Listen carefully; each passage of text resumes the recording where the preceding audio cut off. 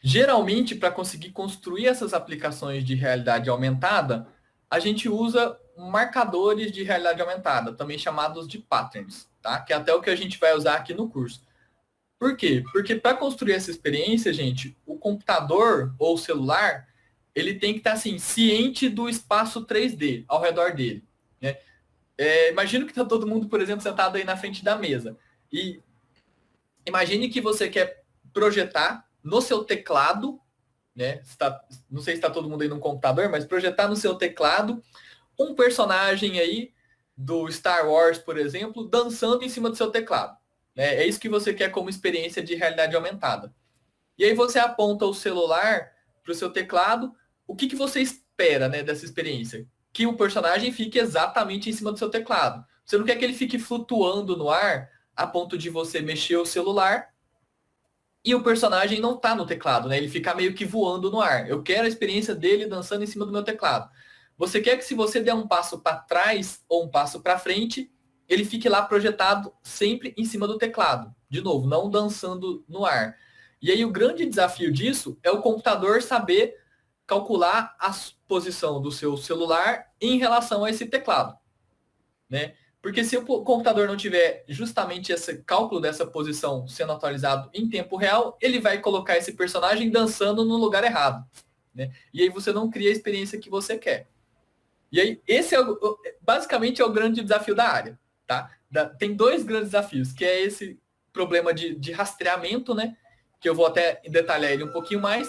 E o segundo seria o problema do visor.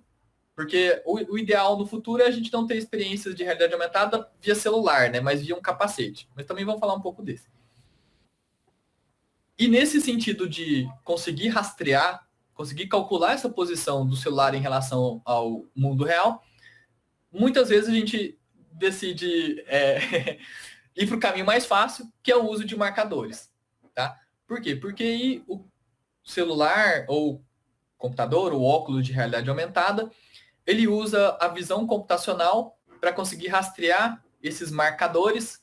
Tá? A gente vai usar um aqui que não vai ser necessariamente esse modelo de marcador, que vai ser uma foto, né? Mas ele usa a visão computacional, né? Então a câmera do celular ou do dispositivo para conseguir fazer um rastreamento do mundo real. Essa é a experiência mais comum, clássica de realidade virtual que a gente tem. E aí, para isso, a gente precisa ter uma câmera, precisa ter um objeto para rastrear, né? E projetar essa realidade aumentada em cima daquele objeto. Né? O objetivo no futuro é fazer aplicações sem necessidade de marcadores, que eu aponte para o meu sofá e eu já consigo ver algo renderizado no meu sofá. Que eu aponte para minha dentro da minha fábrica para uma máquina e eu consiga ter algo renderizado no topo dessa máquina, né? Esse é o objetivo, visão de futuro. A visão de presente é ainda muitas vezes o uso de marcadores para o computador, para o celular, ter algo que ele saiba rastrear e criar experiências em tempo real. Os marcadores não precisam ser necessariamente esses modelos aqui 2D, né? Eles ainda existem, estão presentes, a gente ainda faz aplicações de vez em quando com eles, né? Ou assim, ou com QR Codes, que são similares. Mas hoje, o Vuforia, que é a ferramenta que a gente vai usar aqui no curso, ele usa como marcadores também fotos, logos, objetos como caixas ou canecas e até objetos que não sejam tão um cilindro ou uma caixa. Tá? Então a gente já tem uma tecnologia de marcadores melhor do que o que a gente tinha na década de 90, né? Esse marcador aqui, Hiro, é o marcador justamente que o Azuma criou em 97 com o primeiro framework de realidade aumentada, a R Toolkit, que para quem for ler artigos sobre a área, até hoje ele ainda é citado, por ser open source e tudo mais. E aí um outro desafio que a gente tem na área é a parte de displays, né? Onde que a pessoa vai visualizar essa realidade aumentada?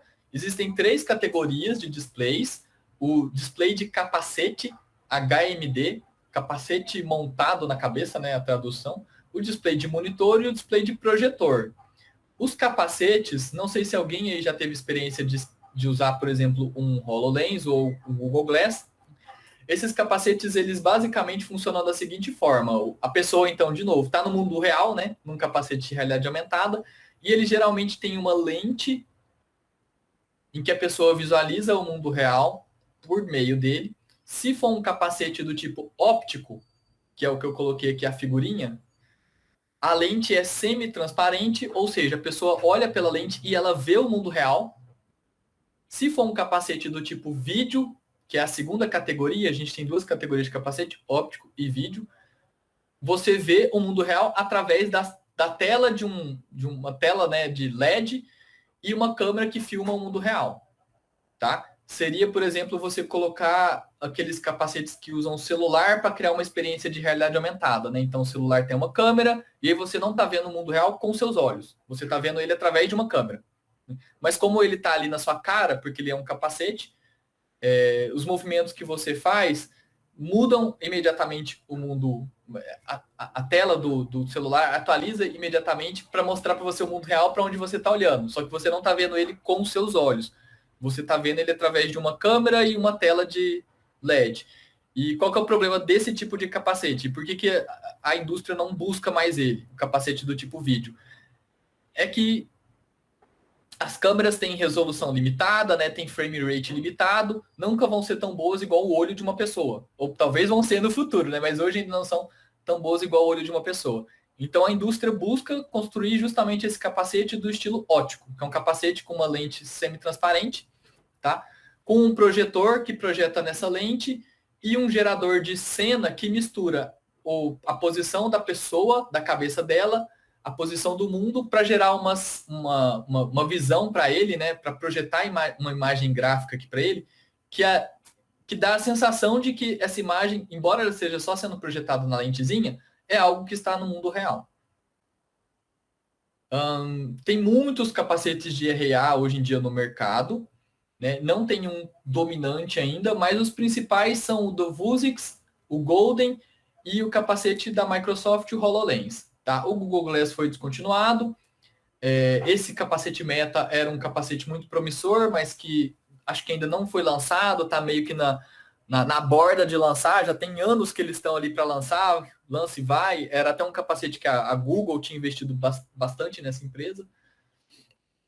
E o HoloLens hoje é o cara que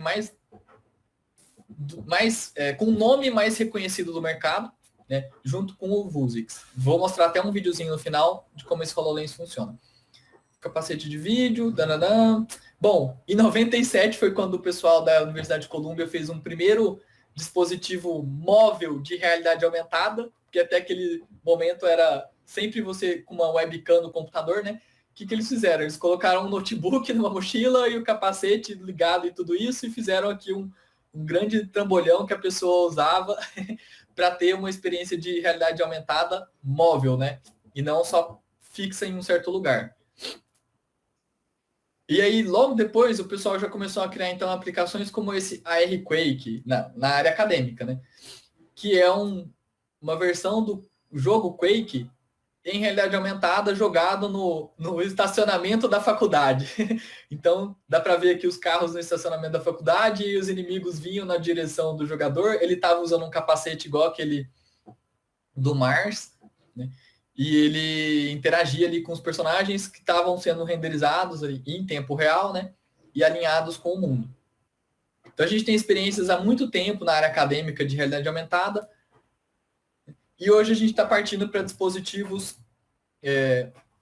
menores, mais miniaturizados, né? E principalmente que às vezes dependem do celular, porque é um dispositivo que todo mundo tem. Então esses capacetes tipo Google Cardboard ou coisa assim, conseguem criar experiências de realidade aumentada através do celular, e aí eles estão do tipo capacete de vídeo. Então a gente tem o capacete óptico, que é o que você vê o mundo real com seus olhos, e o capacete de vídeo, que é o que você vê o mundo real através de uma câmera de vídeo que está grudada na sua cabeça, né? Que geralmente é o celular. Um segundo modelo de display que existe é o display de monitor. O que é o display de monitor? Se você está usando um celular para apontar para algo e gerar realidade aumentada, você está usando justamente esse tipo de display. Por quê? Porque não é qual a diferença, né, do display de capacete para o display de monitor? A diferença, gente, é que o capacete tem que estar na sua cara, tem que ser um capacete, né, que você põe realmente no rosto, e aí ele entende o mundo a partir dos movimentos da sua cabeça. O display de monitor, que pode ser um monitor do PC, pode ser um monitor do seu celular, né? Ele projeta a realidade aumentada naquele monitor, mas por ele não estar ligado na sua cabeça, você controla com as mãos a experiência, né? E o ponto que você quer ver naquele momento, e ele não dá uma imersão tão grande quanto o capacete, né? A gente só tem que pensar assim, a diferença de usar o smartphone segurando para usar o smartphone na cabeça, nesse estilo aqui, é que em um você tem o controle maior da sua experiência, mas você tem que ficar segurando o celular o tempo todo. E no outro, você tem um negócio grudado na sua cabeça, então não importa onde você olhe, dá para ter uma experiência da realidade aumentada, né? E eu digo que isso é muito diferente, porque se você pensar em uma aplicação que não seja coisa de entretenimento, né, que seja uma coisa que auxilie um trabalhador em uma operação real, como manter uma máquina, dar manutenção em uma máquina, algo assim, o cara não pode ter um celular que ele está segurando ali com as duas mãos para olhar aquela... Como fazer, né? Porque ou ele segura o celular ou ele faz, né? Não tem como ter as duas coisas ao mesmo tempo, né? Por isso que a indústria busca os modelos de display do tipo capacete e não do tipo monitor.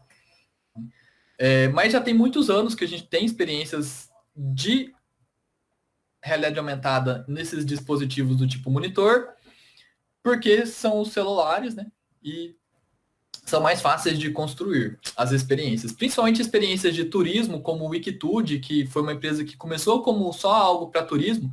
Então você apontava o celular numa direção e ele mostrava, ó, para lá tem tal coisa, né? Em cidades turísticas, né, principalmente, e nas cidades que eles tinham esse travel guide ligado, né? Esse cara nasceu em 2008 e hoje o Wikitude é um dos frameworks principais de realidade aumentada, né? Então ele nasceu como uma aplicação, mas assim como muitas empresas na área de games e computação gráfica fazem, nascem como uma aplicação e aí decidem se tornar uma ferramenta, né? Uma engine aberta para outros usarem, aberta assim, né? Paga, né? Para outros usarem, para sair do escopo de só ser uma aplicação, sabe? E ser uma plataforma que todo mundo usa para construir as suas próprias aplicações. E o último é o display do tipo projetor, né? Esse aqui é o que a gente vai ter num futuro mais distante, que é o chamado holograma, né? Todo mundo já ouviu falar aí do holograma. Já existem algumas aplicações bem simples de holograma, já tem alguns painéis de holograma, por exemplo, hélices que giram rapidamente, uma projeção que roda nessa hélice, que dá a impressão de holograma de um objeto flutuando ali, ou aqueles hologramas com projeção em espelhos que eles fazem em shows, né? Que também dão uma sensação de holograma, mas nada estilo Star Wars aqui, né? A projeção 3D de um holograma, que não importa o lado que você veja, você está vendo aquela projeção em 3D mesmo. E já existem alguns projetores de holograma miniaturizados para projetar só na mesa da pessoa, para, por exemplo, algo mais educativo, ou já vi um projetor de holograma que ele projeta... pode ser usado para restaurantes, e aí ele projeta os pratos que aquele restaurante tem na mesa da pessoa, né? E aí é uma projeção 3D mesmo, né? De holograma mesmo, só que aí num escopo bem reduzido. E a ideia no futuro é ter, não é nem óculos de realidade aumentada, mas lentes de realidade aumentada, como tem nas séries tipo Black Mirror, que você coloca no seu olho e aí pronto, você tem a realidade aumentada em tempo real, né? Aí depende mais das aplicações que você tem instaladas no seu celular, né? Ou no seu computador. E aí eu sempre gosto de mostrar essa imagem aqui desse dispositivo, que é um dispositivo que foi desenvolvido, estava em teste pela Universidade de Washington, tá? E perguntar para o pessoal, pensem aí de quando vocês acham que é essa imagem. Pensa numa data, sabe? De quando vocês acham que é essa imagem? 2020, 2015, 2010, tá? Pense aí, de quando você acha que é essa data? E vou mostrar para vocês agora de quando foi. De quando foi feita essa foto desse artigo aqui da Universidade de Washington, um dos primeiros artigos sobre display de retina, que é a lente. Ele é de 91. Então, pessoal, tem gente pesquisando esse negócio há muitos, muitos, muitos, muitos anos, né? Eu sempre falo que provavelmente isso aqui já existe e os militares americanos estão usando ali no dia a dia. Porque eles sempre têm uma tecnologia bem à frente do que a gente tem, né, comercialmente disposta aí para o público geral. Então, se brincar, já existe esse tipo de lente aí em algum laboratório. É funcional, né? Porque aqui, desde 91, eles estão trabalhando nisso, não é que eles têm isso feito. E que talvez chegue no futuro para a gente. Né? A gente está ali uns 20, 10 a 30 anos, na verdade, sempre atrás do que os militares americanos têm. Né? Bom, então, além do display da realidade aumentada ser um dos grandes desafios, né, conhecidos da área de realidade aumentada, a gente tem basicamente dois grandes desafios na área, tá? Não querendo... Se tiver alguém aqui que trabalha com isso na área acadêmica, vai me xingar, né? Pô, só dois? Tem na verdade, 50, né? Mas assim, estou resumindo nos dois mais famosos, que é ter o display, né, o hardware, e o desafio do registro, tá? O registro é como é conhecido o termo na área de pesquisa de realidade aumentada, do cálculo do rastreamento da pessoa em relação ao mundo real, tá? Esse cálculo de rastreamento na área de pesquisa de realidade aumentada é conhecido como registration, em inglês, ou registro, né? E esse registro é esse alinhamento, calcular então em tempo real esse alinhamento, tá? Calcular como o ambiente real vai se misturar com o virtual para que você encaixe os seus objetos virtuais no ambiente real com precisão. Aí tem uma animação bem simples, gente, que eu criei aqui para explicar um pouquinho para o pessoal o que é você errar o cálculo do registro. Né? Então, imagine que você tem uma pessoazinha, essa pessoazinha está com um capacetezinho aqui de realidade virtual, e você quer projetar para ela na maçaneta da porta, que é ali que ela deve ir. Tá? Então, eu não quero projetar para ela no topo da porta, eu não quero projetar para ela fora da porta, eu quero projetar para ela exatamente na maçaneta da porta, uma indicação de que essa é a maçaneta que ele tem que abrir. Lembrando que pode ter uma outra porta aqui do lado dessa porta, né, uma outra aqui da direita ou à esquerda. Então, assim, eu quero projetar precisamente aqui. Porque se eu projetar um pouco para a direita, pode ser que eu esteja pegando outra porta. Um pouco para baixo, pode ser que eu dê a sensação para o usuário de que estou direcionando ele para outro objeto. Né? E aí, se a gente pensar numa aplicação, pegando aí a parte de produção, que é o forte aqui, né? Uma aplicação na área de produção, como um guia passo a passo para um manutentor da manutenção do equipamento. Vejam que se a gente não projetar exatamente naquela peça que eu estou falando, ó, mexe nessa peça, né? Se projetar um pouco para a direita, para baixo, para cima, o cara vai mexer na peça errada, né? Então tem que ser preciso, né? E esse cálculo aqui para o capacete está aqui, a peça está aqui, eu quero estimar no capacete que ele renderize algo que vai dar a sensação para o usuário de que está exatamente nesse ponto. É o problema do registro e o mais difícil aqui não é fazer isso de forma estática. Né? Fazer esse cálculo uma vez, às vezes é fácil. Com uma visão computacional, você às vezes consegue reconhecer aqui que o capacete está a uma certa distância da maçaneta. Qual a distância? É essa seta. Tá? Basicamente é esse vetor aqui, calcular esse vetor, que é o desafio do registro.